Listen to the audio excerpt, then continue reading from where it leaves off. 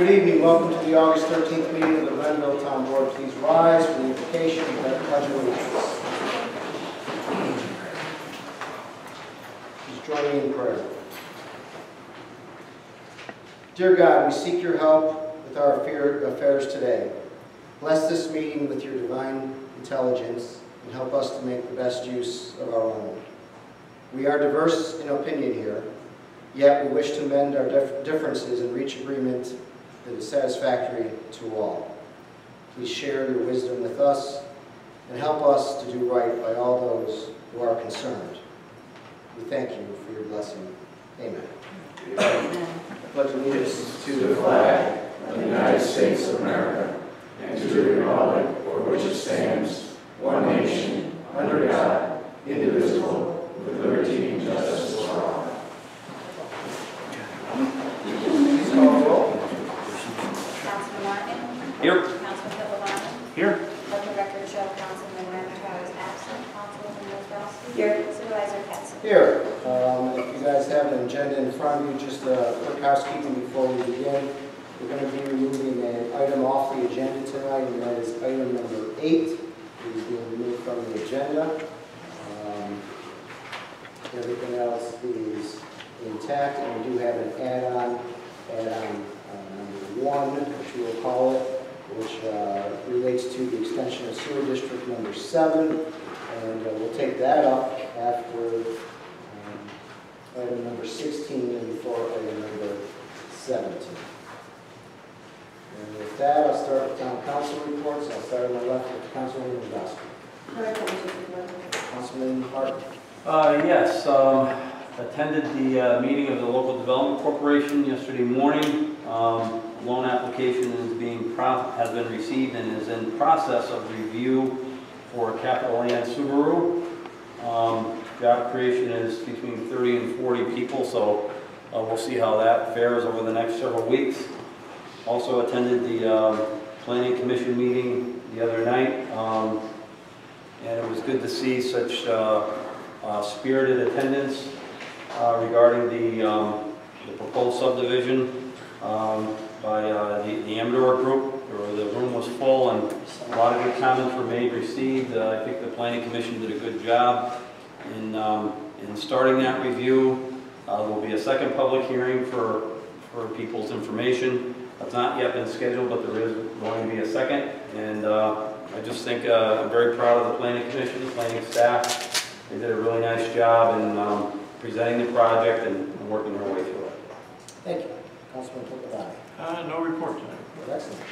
So we'll move right into the next item of business, which is agenda item number 5, public hearing to reconvene regarding the all persons interested to be heard on water extension district number 11 at the town of Glenville to include 110 parcels in the vicinity of Sunnyside Road and to consider any environmental impacts that may arise from them. I'll open the public hearing. Anyone wish to be heard on this matter regarding the extension of the water district for Sunnyside Road? Anyone wish to be heard on this item? Yes, sir. You just come to the podium, state your name and address for the record.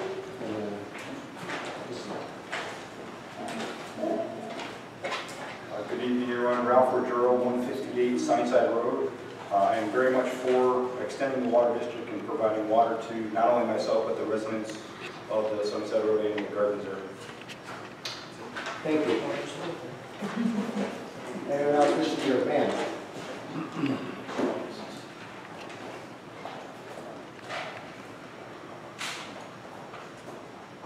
Hi, I'm Margie Miller, 203 Sunnyside Road, and I'm very much in favor of the extension of Water District 11 down Sunnyside Road and Sunnyside Gardens. I'm very pleased that we've gotten this far.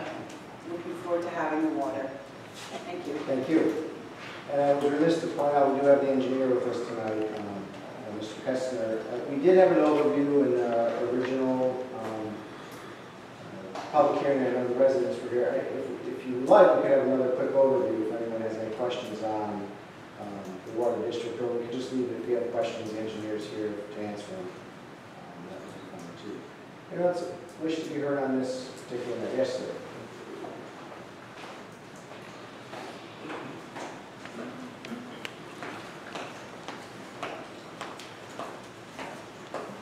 Michael Hoffman, 8 Havenbrook. I'm for the Water District as well. I appreciate everyone's efforts that you guys work with DEC to get it through. So I'm very pleased to have the possibility of clean water for my family, as well as all the other kids in the neighborhood and the residents. Thank you. Thank you. Anyone else wish to be heard on this matter? Going once, going twice. Public hearing is now closed. We have a second public hearing tonight. It's item number 6. It's public hearing to hear any of those interested in regards to a zoning text amendment to Chapter 270, Section 270.52 specifically regarding fences of the Code of Town of Glenville to expand the allowable use of electric fencing within the Research Development and Technology Zoned properties within Glenville Business and Technology Park. I'll open that public hearing. Anyone wish to be heard on that matter? Anyone else wish to say?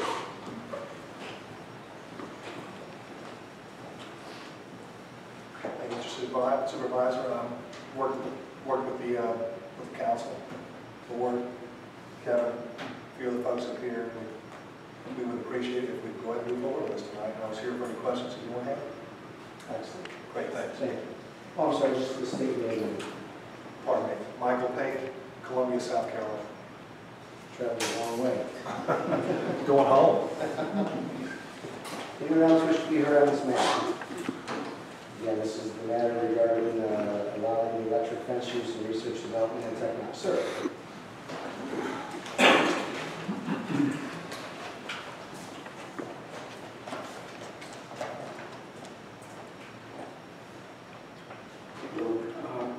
My name is Peter Kirk. I didn't come very far. I live here. I'm a resident of the town of Glenville. One of these people here from the town. I'm speaking opposed to this. We live across the street from Old Dominion Trucking. They were given money to build this terminal, and in my opinion, they violated 4 sections of the law, but with their lighting and another section with the electric fence. And they still haven't corrected that, and it feels like we're changing the law for a big out-of-state corporation.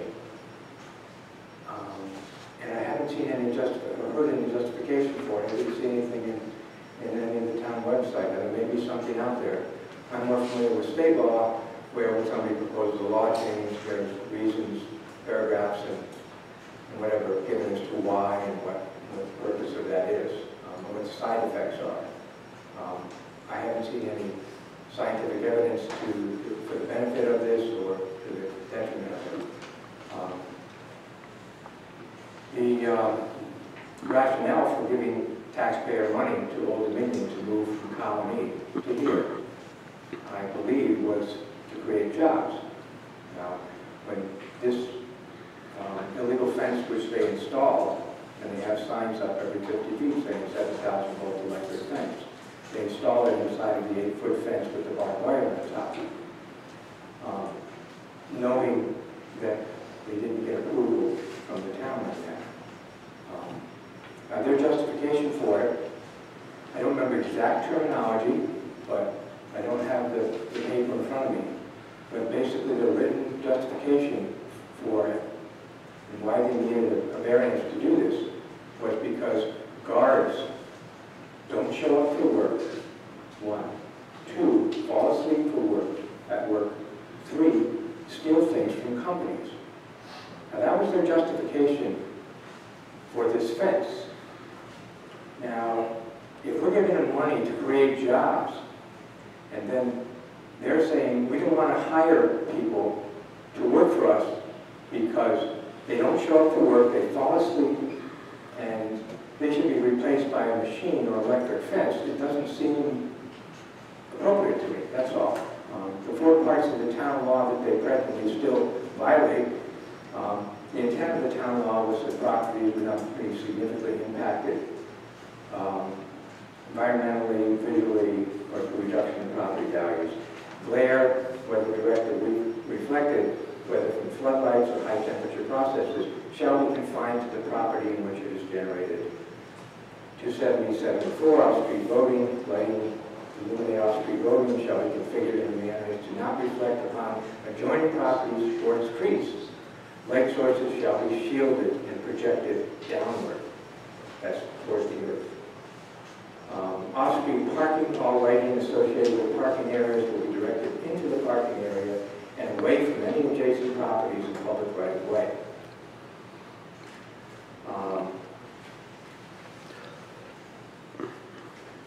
60 feet up, the trees in front of my house, I can see the lighting from their lights. They have lighting from way in the back of their field, coming across the top of their building, into the tops of my trees.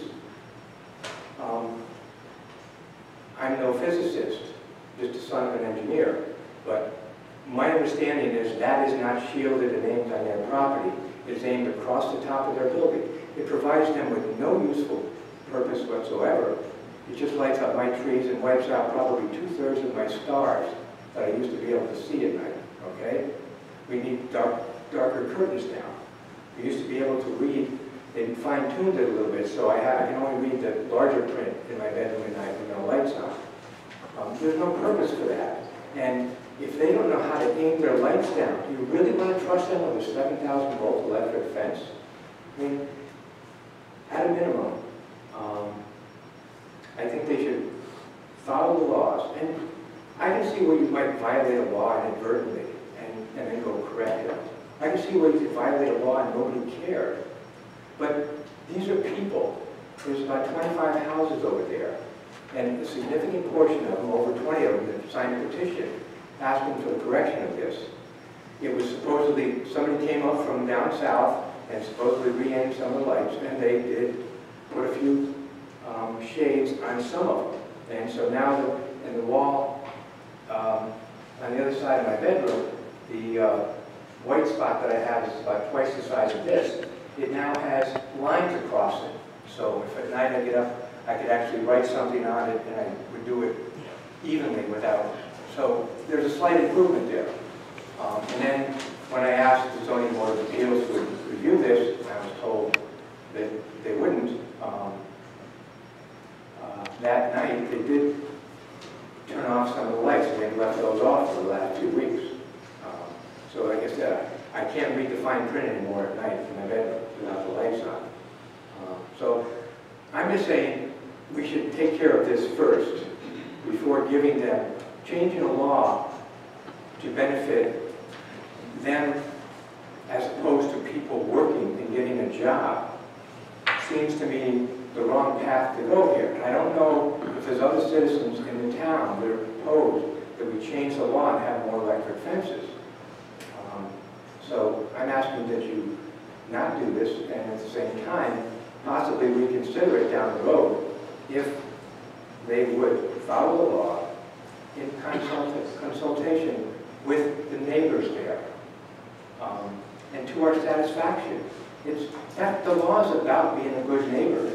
You know, if my neighbor has a light shining in my bedroom, I ask him to aim it down, he aims it down. It's not brain surgery here. And it feels like an arrogant big corporation has no sense of caring about anybody at all. So I propose that you not vote this up. Mr. Wicker, just 2 questions. One, you need for the record your address. I don't think I heard an address for the record.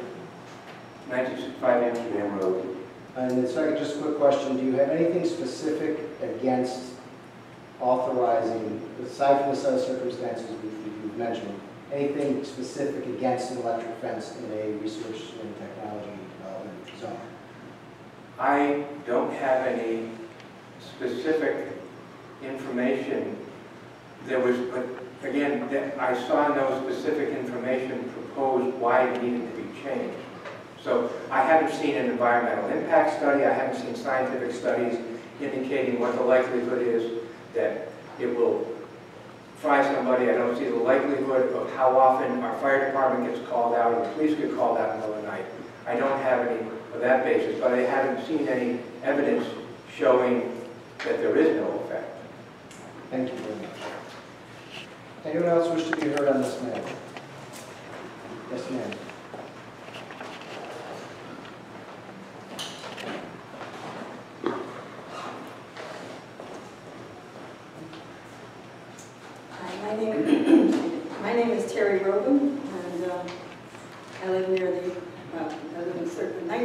55 Amsterdam Road, too. We moved back to Glenville after being gone for 18 years, and we're really looking forward to that, and that was 2 years ago.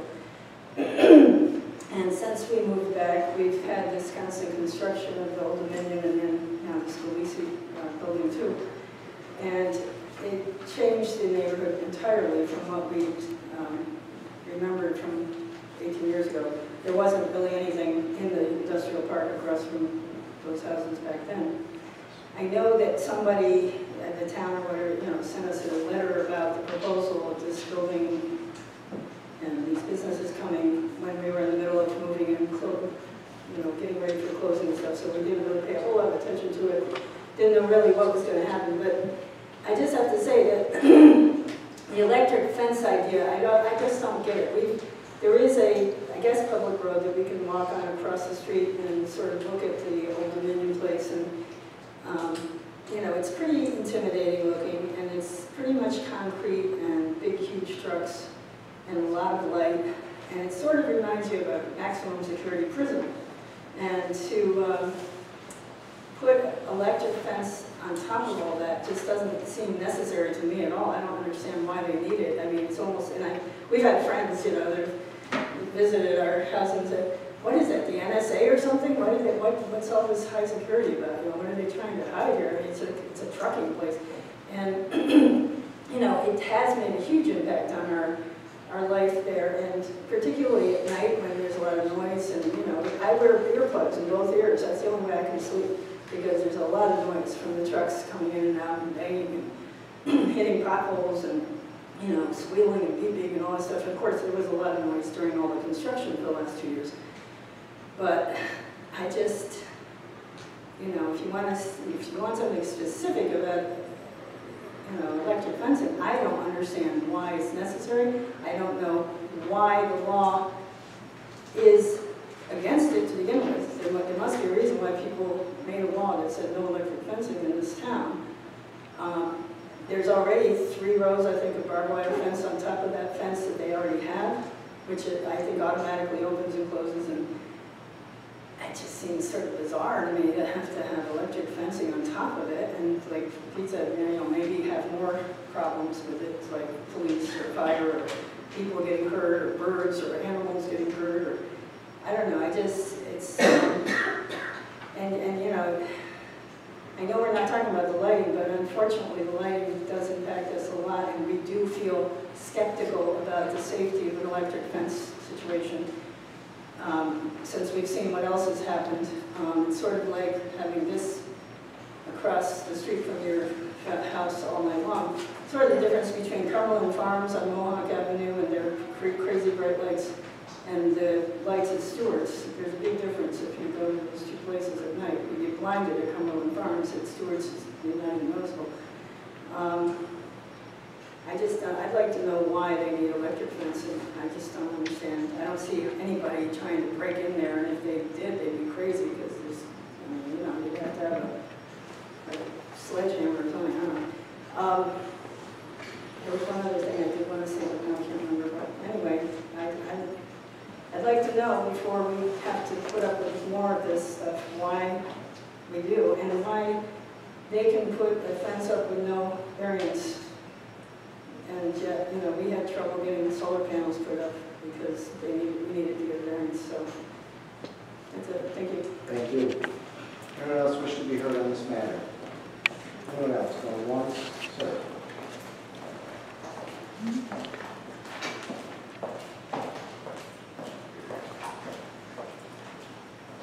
My name is Michael Martin. I'm a regional security manager for Old Dominion Freight Line, Whitsett, North Carolina.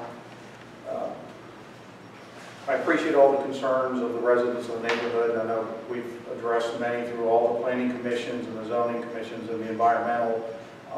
We needed a change in the code because it didn't exist for commercial other electric fences other than agricultural fences, which are, there's no security in between them and the general public. They're obviously for agriculture, but they're wide open. Our fences are installed inside a chain link fence. Having been in the private sector security for 20 years and 10 years in law enforcement, these are tools that are used, along with cameras, your employees, training, lighting. They're all basic security, protect your facility. Any product, a lot of people wondered what they might want to steal from a trucking company. Anything that goes to virtually anywhere in this country, whether it comes in on a plane or a boat, or it's manufactured, it's going on somebody's trucks. We're considered an LTL carrier, which means on one of our trucks we could have 30 different commodities. Anywhere from pharmaceuticals to pencils to firearms, ammunition, big manufacturers in New York, Remington, a lot of these customers. They need trucking companies to transport that freight. Some of our facilities are manned 24 hours a day, some are not. Security guards are one method, but Old Dominion, prior to installing over 100 of these electric fences around the country, we have 230 terminals now as we expand. Prior to that, an average theft was about $320,000 when somebody got into our yard and if they stole a tractor or trailer, or minor thefts. With the advent of installing these fences, our tractor trailer thefts from these facilities have stopped from 1999. So there is a definite cost savings for the company as well as the consumer, because when everything gets sold, it's got to be remanufactured and reshipped, whether it's computers, apparel, very unique manufacturing items. There may only be one. And if it's gone or stolen on a trailer when somebody didn't know what they were stealing, cargo theft, the estimates are in the billions of dollars. So I've been with other carriers in the last 20 years. I can speak on behalf of pretty much all the LTL carriers. We all use this product. There's other manufacturers of it. We use the electric guard dog. It's safe. I've been shocked by the fence. It's non-lethal. It's definitely a deterrent to anyone. Trucking companies will attract people that are looking for product and goods, whether pharmaceuticals, copiers, computers. Sometimes they'll just steal randomly. So you need to secure those items. Regarding with the lighting, about 2 months ago we had all the contractors that came back out and met with all of our engineers, and they did reposition lights and they put shields on the sides. Lighting is your cheapest and best form of security, whether it's your residence, whether it's a convenience store, anything. Criminals will stay away from the well-lit area. You don't want to be a target. It's called target hardening, crime prevention 101. You want to move your problem to somebody else, essentially. So we moved into Glenville. One security guard position is not many compared to what we moved into at 20% capacity, which means we'll probably, over time, hire within another 100, 150 more personnel. We need drivers, we need dockmen, we need office personnel, we need managers, supervisors, dispatchers, all the vendors that come along with that, from the fueling companies. So it's a net gain for everybody.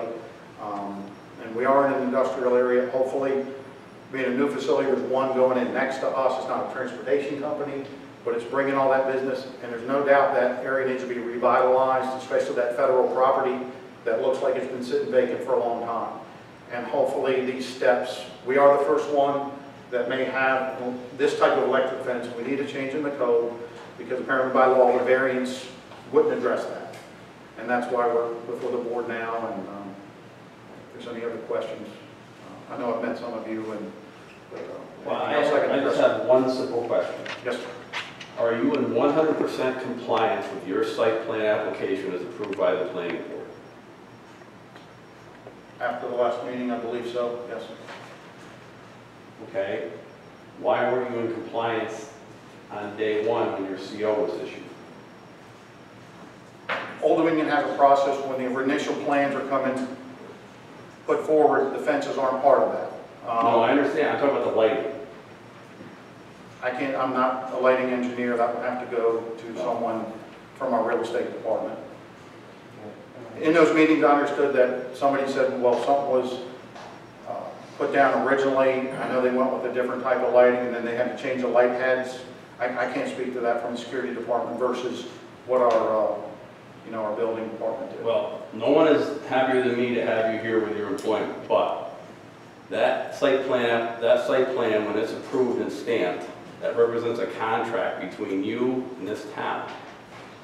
And I just want to make sure that you're in 100% compliance with your site plan.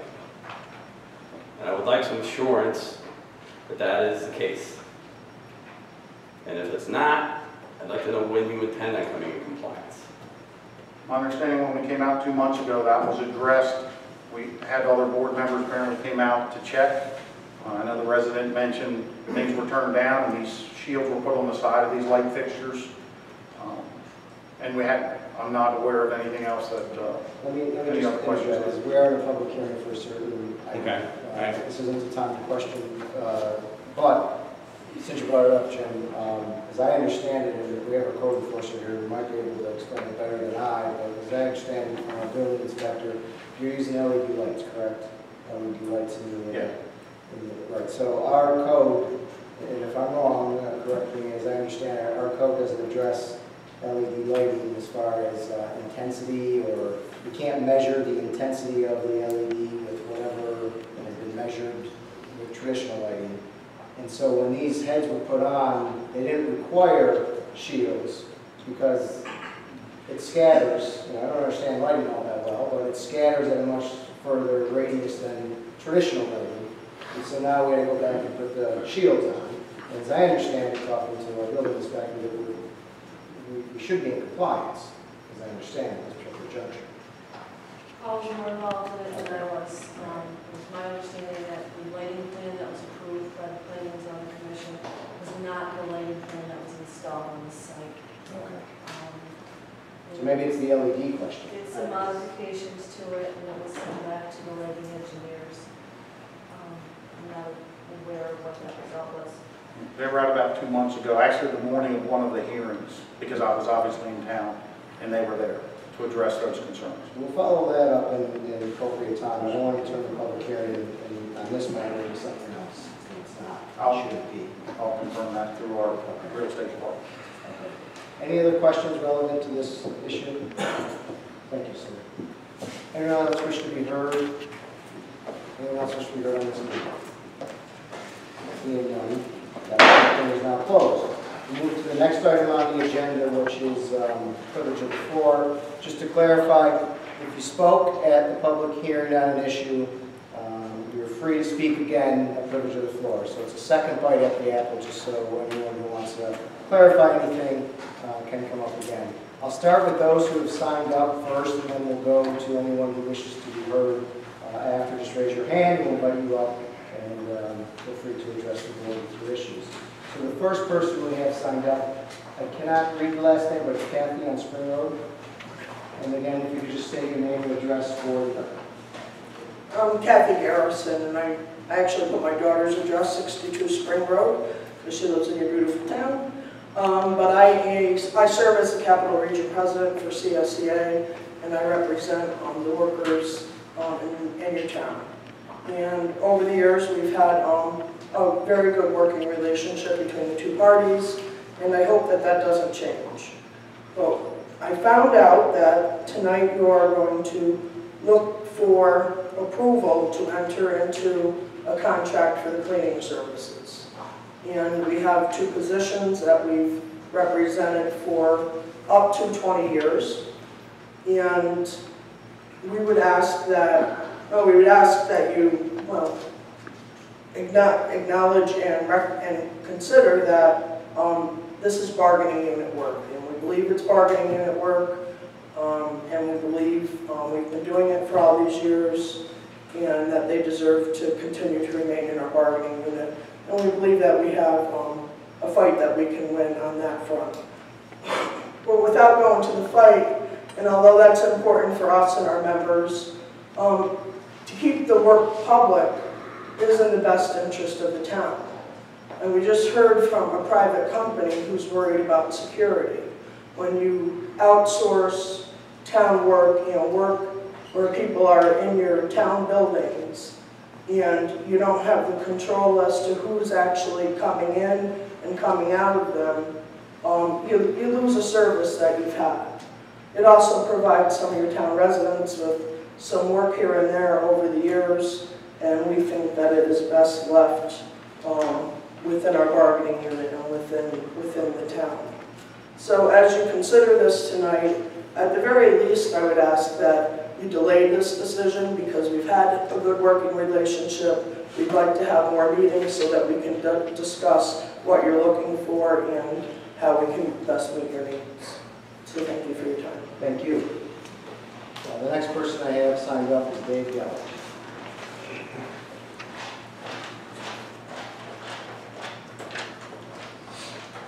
Dave Gallup from 430 Sacandaga Road. I'm back. I'm here also kind of mirroring what, saying the same thing she basically said. It's about the discussion on replacing the cleaning janitorial positions with a contract company. I worked at Scotia Glenville Schools as a custodian just prior to that board's decision to contract out. At that time, the union tried to tell them that a contract company will come in, break all of your equipment, not clean the buildings properly, and charge for add-on items to the contract, such as vent cleaning, furnace filter replacement, and changing light bulbs. As you end up having very little control over these employees also, and no say over who works in your buildings. All of this and more came true, and if you look at today's Scotia Glenville schools, they are back with their own cleaners once again, at a costly expense that of course was passed on to the taxpayer. While employed at the police department, I remember a detective doing a background check on an employee at the high school. This employee was working for the contract cleaning company, and the school district was concerned with his actions, but the company continued to employ him there.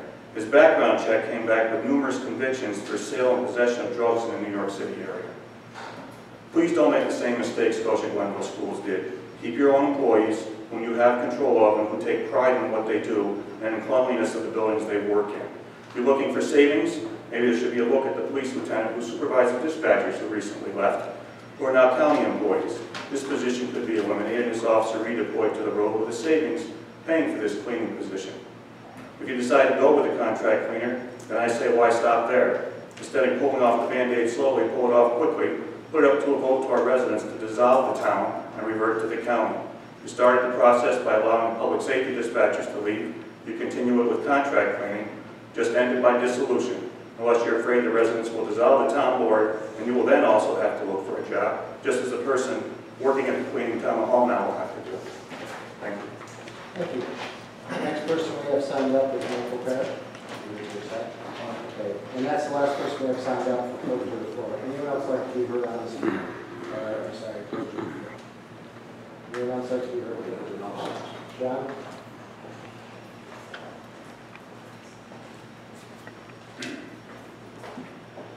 Good evening. My name is John Jenkins, 29 Fredericks Road. For the last 10 years, I have been the maintenance helper here at the town of Glenville. And since Memorial Day, or just before Memorial Day weekend, I have been doing double duty at the senior center. Needless to say, over the course of 8 hours, it's kind of tough to get both facilities cleaned the way it should be. To give you an example, take a look at the courtroom. The last time this room was cleaned decently was prior to Memorial Day. Now, whether you bring a vendor in here or not, I doubt very much that they're going to spend 2 hours tearing down this courtroom, sweeping, mopping, and cleaning, or even waxing the floors like what I used to do. It's almost impossible. These people are not going to do it. I have worked for a private contractor prior to working here. In fact, it was my son-in-law. We cleaned Owens Corning, Orange Motors, and the likes like that. It takes a lot of people, dedicated people, to do a good job. You're not going to get it from the vendor that I think you're looking at. They have been irresponsible. We have followed them. Or I should say, who I used to work for, we have followed them. And they were out of their contract in 90 days because they did not hold up to it. So all I say is, before you make a decision, get the people involved that are doing this job. Sit down, talk it over.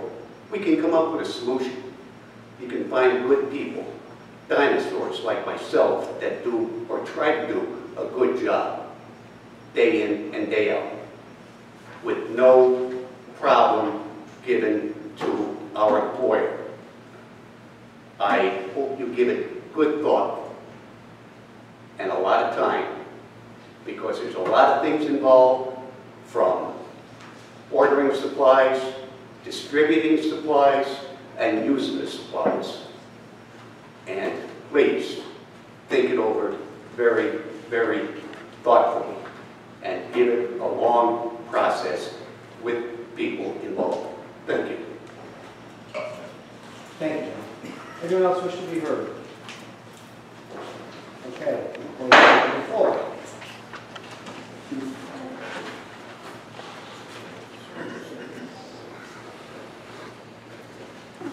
Okay, so with that closed, we'll move on to supervisors' comments.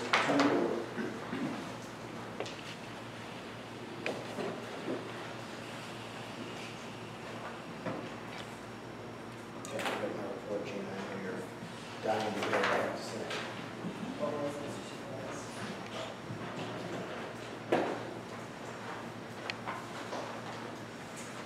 So I'll go quickly on just some updates, and then I want to get into a little bit of the budget season that's about to unfold, talk a little bit about the challenges we're facing, and I think put some of the discussion we had tonight into a little bit of context, and then as we take up the resolution, we'll continue that conversation. But I'll begin with, first and foremost, it's been a busy couple of weeks with groundbreakings and ribbon cuttings here in the town of Glenville. I know last time we met, we talked about a few of them.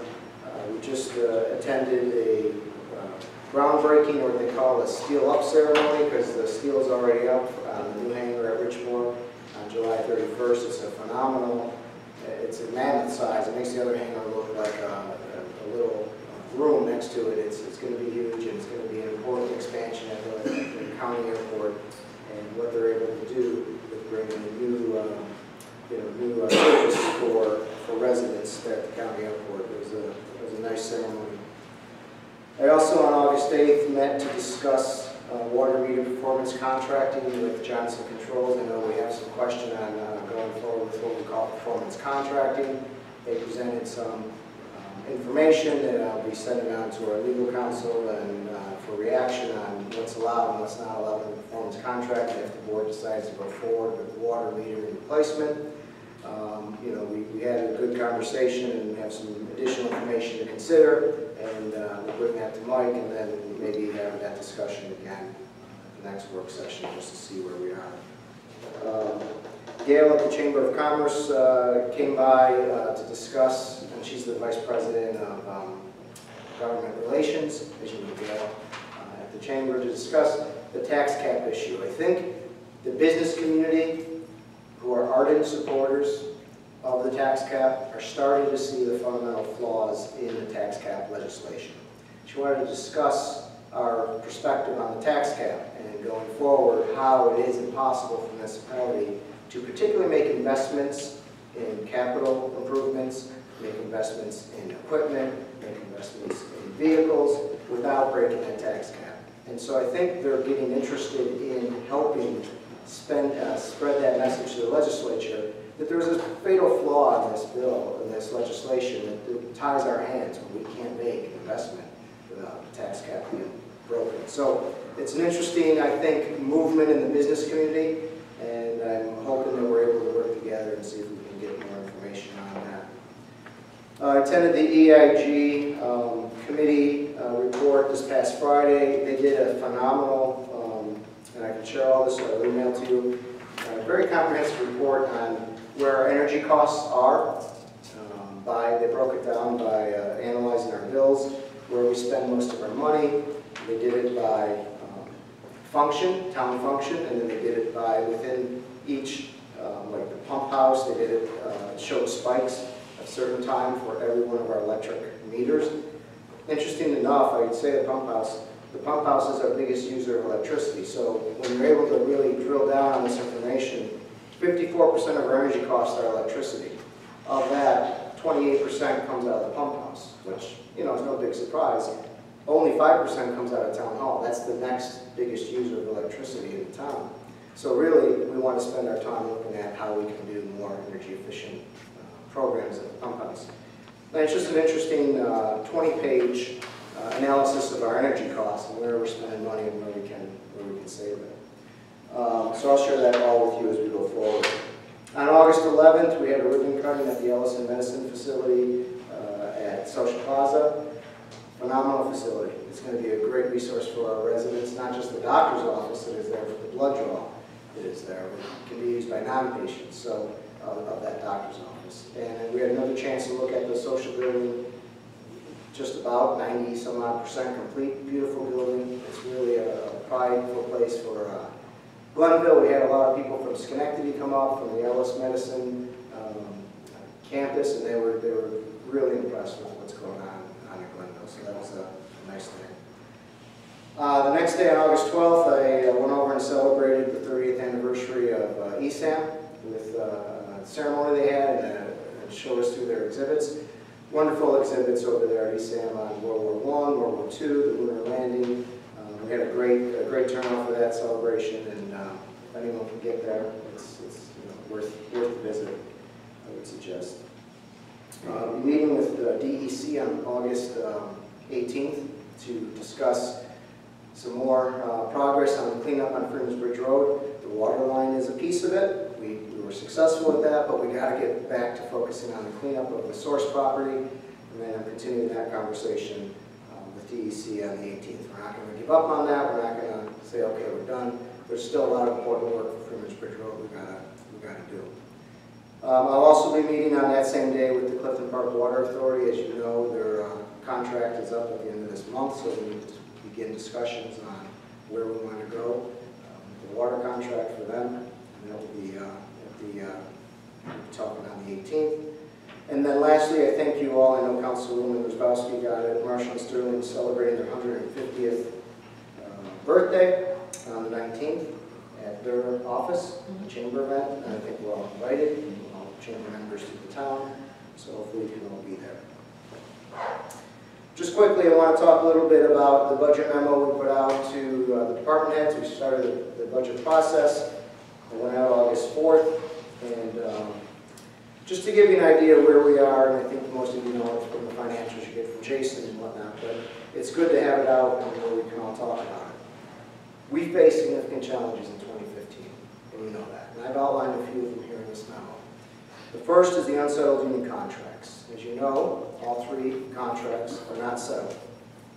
Despite no wage increase in 2013 and no wage increase in 2014, the total compensation for employees has risen at a rate greater than the tax cap limit for those years due to the increase in employee benefit expenses, such as state retirement and health insurance. That's a fundamental problem. That's a math problem. It's not something that I created. It's not something that our employees created. It's not something you created or the residents created. But it is a fundamental math problem that we've got to fix it. Until we fix that, we have no control of this budget. And so that's one of the things we have to put in context as we go through this budget season. Second challenge is we have flat or declining revenues. Our sales tax revenue our sales tax base revenue of just under $1.8 million has been the same since 2004. It will be the same through 2020. So for all that time, 16 years, we had no increase in our second biggest revenue line. That is a problem unique to the municipalities in Schenectady County. So unfortunately, that falls on our shoulders, it falls on our employees' shoulders, it falls on our residents' shoulders. We did not create this problem, none of us. But it's a math problem that we have to continue to solve. We can't have that be frozen for 16 years and still absorb all the increased costs that we have. It just can't happen. Because I asked you, where do you go from there? It goes to the property tax owner. It goes to the homeowner. It goes to the resident. On top of that, this year, our mortgage tax revenue dropped significantly in 2014, as it has in all municipalities. We expect to end 2014 about $150,000 short of what we budgeted. That's a significant loss in revenue. That's a 3% tax increase to make that revenue right off the bat. About 1.5% or double the tax cap. That's a significant math problem. Also, we had a low rate of inflation to make the problem worse this year. Our tax cap is not 2%. Only in New York State is 2%, not 2%. It's 1.56% this year, which means that we have an approximate tax allowable increase of $135,000 in new spending. We've learned from our health insurance provider that we should expect at least $120,000 in new health expense next year. So congratulations, we have $15,000 to deal with everything else that has to be dealt with in the town and still stay under the tax cap after that health insurance increase. That is a math problem that needs to be fixed. We have to find the answer. On top of that, based on the data we received, this would consume 90% of our allowable tax cap increase. That's without those contracts settled. We started talking about the contracts being settled yet. That's before raises, that's before everything else. We're 90% gone in our tax cap already. Now, we talked about, as mentioned, the UCC and what's going on with the county. We have another increase in election expense run by the county. That's a bill that the county provides us. We don't have any control over it, we just have to pay it. We've been advised that the county is going to raise our cost by 7%, or $25,000. So you take the election expense increase, and you take the health insurance increase, and we are through the tax cap.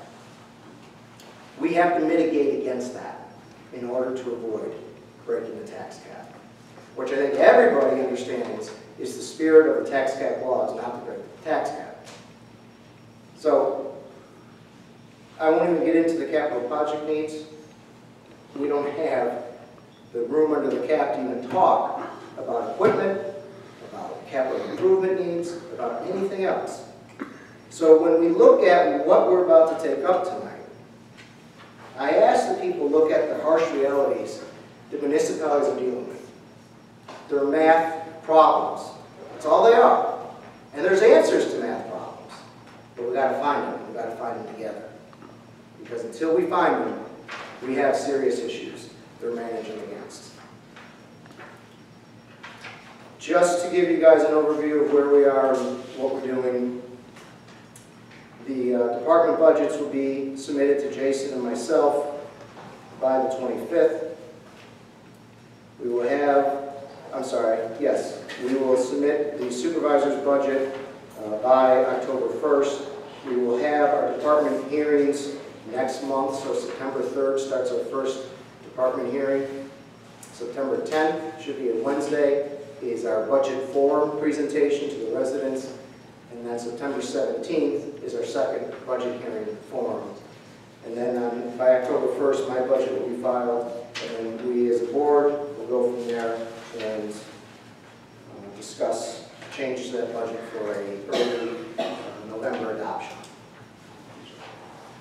Anybody have any other questions or comments on anything here today? Thank you.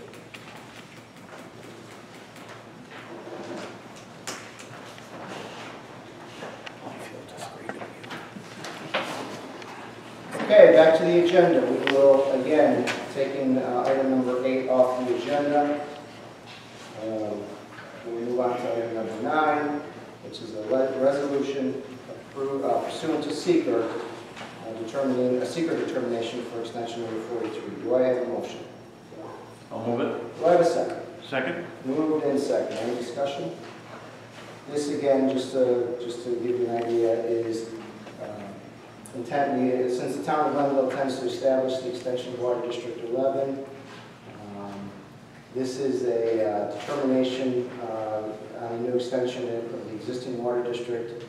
Type 2 action under seeker, implementing regulations, and the town board has designated itself as the seeker lead agency. So this resolution determines the formation of the extension of Water District 11.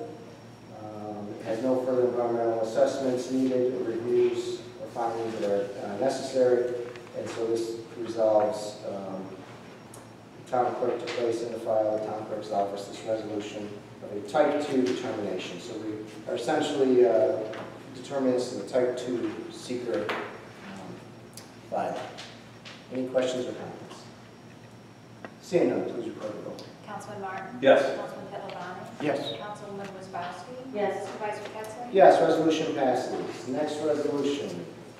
Resolution 11, authorizing the supervisor to enter into a contract with the vendor to provide cleaning service in town hall. Oh, number 10. Sorry, I skipped over. My numbers are a little off over here because I don't have a number for cleaning before. So I'm sorry. Gotcha. All right, so number 10, resolution of the important one. Ralph would have killed me if I missed this one. Resolution approving the formation of extension 43 to Water District 11. Do I have a motion? So moved. Do I have a second? Second. Moved and second. Any discussion?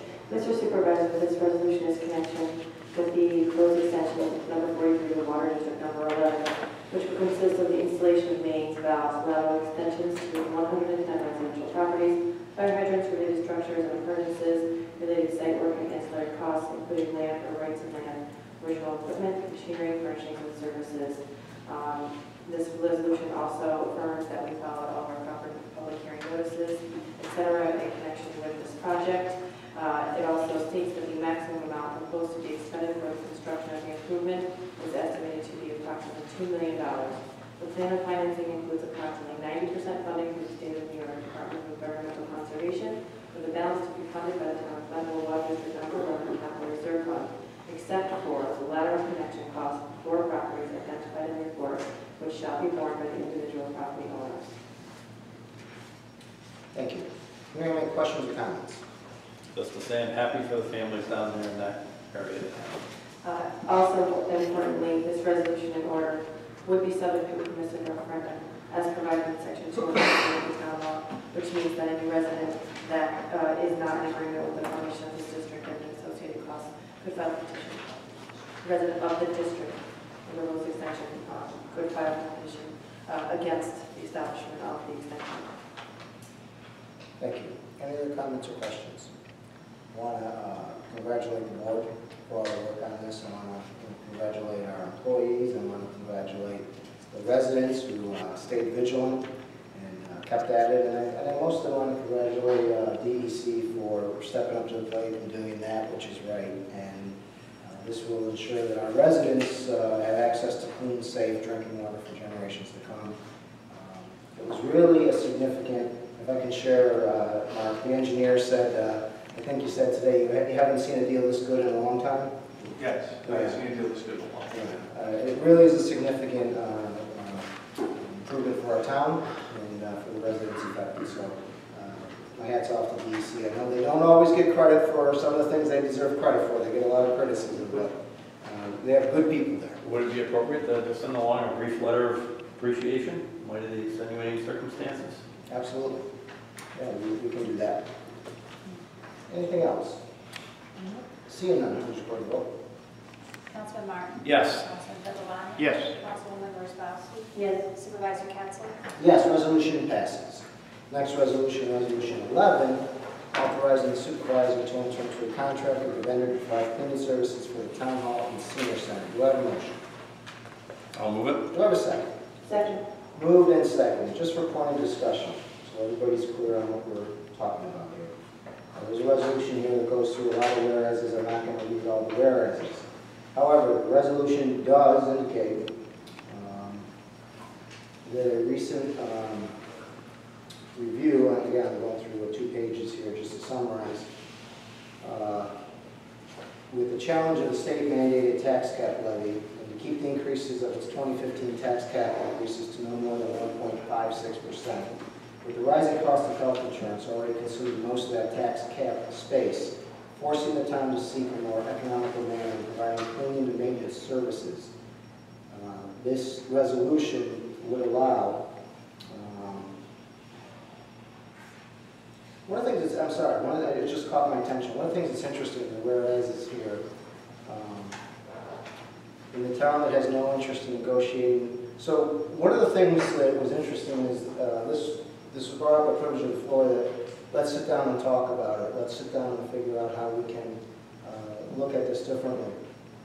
The town made that offer. The town did try to sit down and talk about it. And it was not allowed. said we had a refusal for anyone to talk about it. So it was brought up in bargaining negotiations, and that was not something you wanted to discuss. So, to go on further with this, this would allow the supervisor to engage in a proposal with Jan Pro for a one-year cleaning service agreement not to exceed $26,000. Any discussion on this? You know, I have a great appreciation for the work that's been done. I know John, I think he's done a fine job, and this is by no means a commentary on the quality of work that's been provided. But like you said, we have math issues, and they have to be addressed, and we have to find savings where we can find them. And the other thing I do note is that my understanding is in our discussions of this, that this is work that is outside of the work that's been traditionally supplied. We are doing things, we are proposing some things here that are outside of the normal work that's been done over the last several years. So there is a difference there as well. And again, this is not something that's arrived at lightly, in my mind, for me personally. We've had a lot of thoughtful discussion about this, looked at a lot of different alternatives, and this appears to be the best route to go in my mind after that due diligence being done. Anything else? Mr. Supervisor, I would just echo Councilman Martin's comments with regard to the work that John specifically has performed. I have no issue whatsoever with anything that I've ever seen John do. Does a great job around here. You all heard what the supervisor said with regard to our budget challenges. They're real. We don't take decisions like this lightly. We don't just arbitrarily say, whatever, we're going to do that. We don't. Whether you think we do or not, I can't control what you think. I know that when I sit here, every decision I've ever made in this chair has been, in my opinion, and the way I feel, the best decision for the entire town. Okay, 30,000 residents. Those are the decisions that we make that affect everybody that lives here, not just one or two. So, that said, this is something that I have wrestled with because I certainly can understand how it would appear to many of you who I am friends with when we're not sitting in this room and have been friends with for a long time. And, you know, my door is always open, my phone is always on. Most certainly welcome to talk with any of you and listen to your concerns and bring them to the board. That said, any decision that I made tonight has been well thought out and has not just been arbitrarily made off the cuff. Anyone else wish to be Yes, Supervisor. We do currently have a vacancy as the maintenance helper. And as soon as we have a retirement or we have a vacancy occur, it's then our time to kind of look and analyze things. And we did in this case. It was a hard decision, certainly, as both the council, Gina and Jim said. It's nothing to reflect upon the work that's been done in the past. But with a numbers game, we're looking at this, and the savings are substantial for us to do this. The contract is a one-year contract, and I certainly view this as a one-year trial for us to review in 1 year from now. And if this doesn't work out, then we certainly have the option to hire our own people and going back the way it was. But with the numbers game the way it is right now, we're almost obligated to try this on a one-year basis. Thank you. You know, this was not an easy decision. I know some people, as I can tell by the reaction to what Councilman Wazowski said, don't believe that perhaps. It was not an easy decision. I don't sit around, despite what some people may think, trying to figure out how to get people mad at me. Not something I like to do very often. It just comes with the territory. Danny, do you have something to say? No. Okay, because we had privilege of the floor if you wanted to speak. That was probably... It's over. I'm sorry? Privilege of the floor. Right, so you're all set. I'm all set. Then let me, mind if I get to my comments? I have no comments. Can I get Not through here my- at this time, thank you. Can I get through my comments? Sure. Okay, thanks. Thank you. This was looked at for a long time. I consider John a friend. He's a good man. He's done a good job. I've spent time talking with him here. I see what he's done. This wasn't easy. But when someone comes to you and says, Chris, you got a $300,000 deficit this year in 2015 to make up to get over the tax gap. We could save almost $100,000 of that. You got to look at it. If I didn't, ma'am, please. If I didn't look at that, if this board didn't look at that, we would be derelict in our duty to the taxpayer, without question. Now, we can cast aspersions and we can question the effectiveness of how they're going to perform. We have contracts, we have things that we're going to do to make sure they perform. As Councilman Pittavani pointed out, it's a one-year contract. We're not getting into a marriage here. This isn't for life. If it doesn't work, if it doesn't seem to be saving us the money we think it's going to save, then we have other options at that particular junction. I will say on the, we do have a fundamental disagreement on if this was bargaining work or not.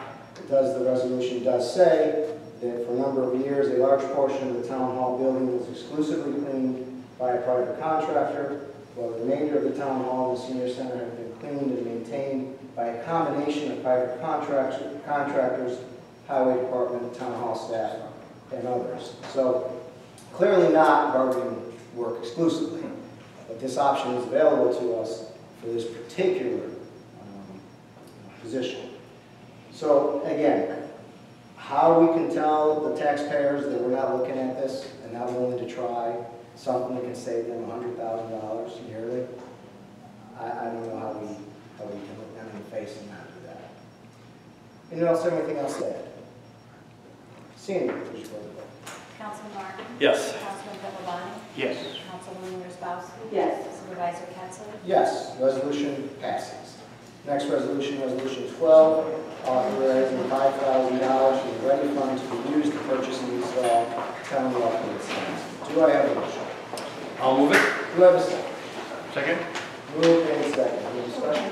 Yes, Mr. Supervisor, this is a resolution that is appropriating $5,000 of funds from our READY Fund, the Revitalization Economic Development Investment Fund, to replace 2 welcoming signs to the community. It's been noted on several occasions and discussions we've had that even the residents have noted that the signs are in disrepair and actually not very welcoming.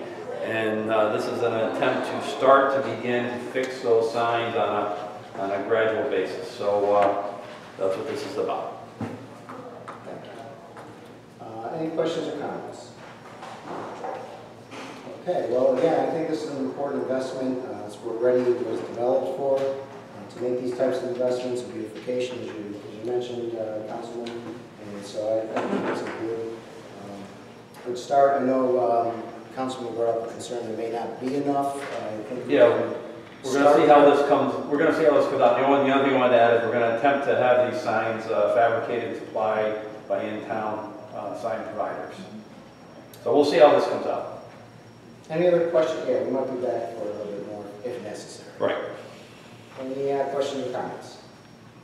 Seeing none, please record the vote. Councilman Martin? Yes. Councilman Pittavani? Yes. Councilwoman Wozzachowski? Yes. Supervisor Ketchel? Yes, resolution passes. Next, resolution 13, a resolution authorizing the town comptroller to make capital project account closures and transfers. Do I have a motion? I'll move it. Do I have a second? Second. Moved in second. Any discussion? This, just to give context, I think the comptroller briefed the board at the last work session, or it was maybe a special meeting, I don't recall which, that there are certain capital project funds that are still out there and kind of lingering and aging to the point where they're really not necessary for the project anymore, so the comptroller would like to close those out and transfer the unexpended capital funds to an appropriate debt reserve fund to pay down the debt. And the resolution lists the 3 projects with the unexpended balance in each of those projects. Anyone have any questions for the comptroller? These are the ones you brought up a couple weeks ago or last week, right, Jason? Last week. Yeah. Does this impact the fund balance? Not really. This money is just moving it from an open capital project account. These projects are completed. The money has already been borrowed. It's already sitting out there, and we'll be moving to a debt reserve fund to pay down these specific debts. This will have no impact on the residents really at all. We'll just be able to tap these monies to help pay down their debts. Thank you. Any questions or comments? Seeing none, please record the vote. Councilman Martin? Yes. Councilman Tattelbaum? Yes. Councilwoman Wozzachowski? Yes. Supervisor Pettsley? Yes, resolution passes. Next resolution, resolution 14, authorizing acceptance of certain lands from the Schenectady County IDA. Do you have a motion? So moved. Do you have a second? Second? Moved and second. Any discussion? Mr. Supervisor, as I understand it, the essence of this resolution is to the acceptance of certain roads within the Glenville Business and Technology Park in order to ease and prevent truck traffic to enter and exit the Business and Technology Park. Just areas, lands within the park. That's because that's where the trucks need to turn in and out, right? So it'll help to ease entrance and exit to the park. Thank you. Any other questions or comments? Seeing none, please record the vote. Councilman Martin? Yes. Councilman Tattelbaum? Yes. Councilwoman Wozzachowski? Yes. Supervisor Pettsley? Yes, resolution passes. Next resolution 15, approving the monthly department reports for July 2014. Do I have a motion? So moved. Do I have a second? I'll second. Moved and second. Any discussion? Just want to extend thanks to the department heads. There seems to be greater effort. Linda's getting these things out to us, and I appreciate it. Yes, I do appreciate it as well. Any other questions or comments? Seeing none, please report the vote. Councilman Martin? Yes. Councilman Tattelbaum? Yes. Councilwoman Wozzachowski? Yes. Supervisor Pettsley? Yes, resolution passes. Next resolution 16, approving the town board minutes for June 16th and July 16th. Do I have a motion? So moved. Do I have a second? Second? Moved and second. Any discussion? Additions, changes? Seeing none, please report the vote. Councilman Martin? Yes. Councilman Tattelbaum? Yes. Councilwoman Wozzachowski? Yes. Supervisor Pettsley? Yes, resolution passes. Next resolution is an add-on resolution 1, which I don't have a really good summary in front of me, but it does have to do with requesting filing, just call for public hearing. Oh, just calling for a public hearing on the extension of sewer district number 7. Do I have a motion? I'll move it. Oh, I'm sorry. And a That's second. okay, Councilman Martin. You can make mine. No. Councilman Martin. I didn't read it in time. Any discussion? Mr. Supervisor, this is to set a public hearing for the proposed extension of water to sewer district number 7 in the town of Glenville, which is applicable to one parcel located at 201 Parkman Avenue in the town of Glenville. Sets the public hearing for this proposed extension for September 3rd, 2014, 7 p.m. or soon thereafter, as another can be reached here at Town Hall. Any other questions or comments? Seeing none, please report the vote. Councilman Martin? Yes. Councilman Tattelbaum? Yes. Councilwoman Wozzachowski? Yes. Supervisor Pettsley? Yes, resolution passes. Last item is new business. I'll start on the left, Councilman Wozzachowski. No new business. Councilman Martin. No new business that we'll talk. Everybody's reelected. Councilman Tattelbaum. No new business. I do not have any business, only to remind, as I did in my report, if we go back to the fall or the non-summer hours, I should say, Wednesday the 3rd is a board meeting, Wednesday the 10th is a work session, which will also be a budget forum for the public, and Wednesday the 17th is the second board meeting in September. So we're back to more meetings. Still starting at 7. Still starting at 7. With that, I'll take a motion to adjourn. So moved. Second? All in favor? Aye. Any opposed? We're adjourned.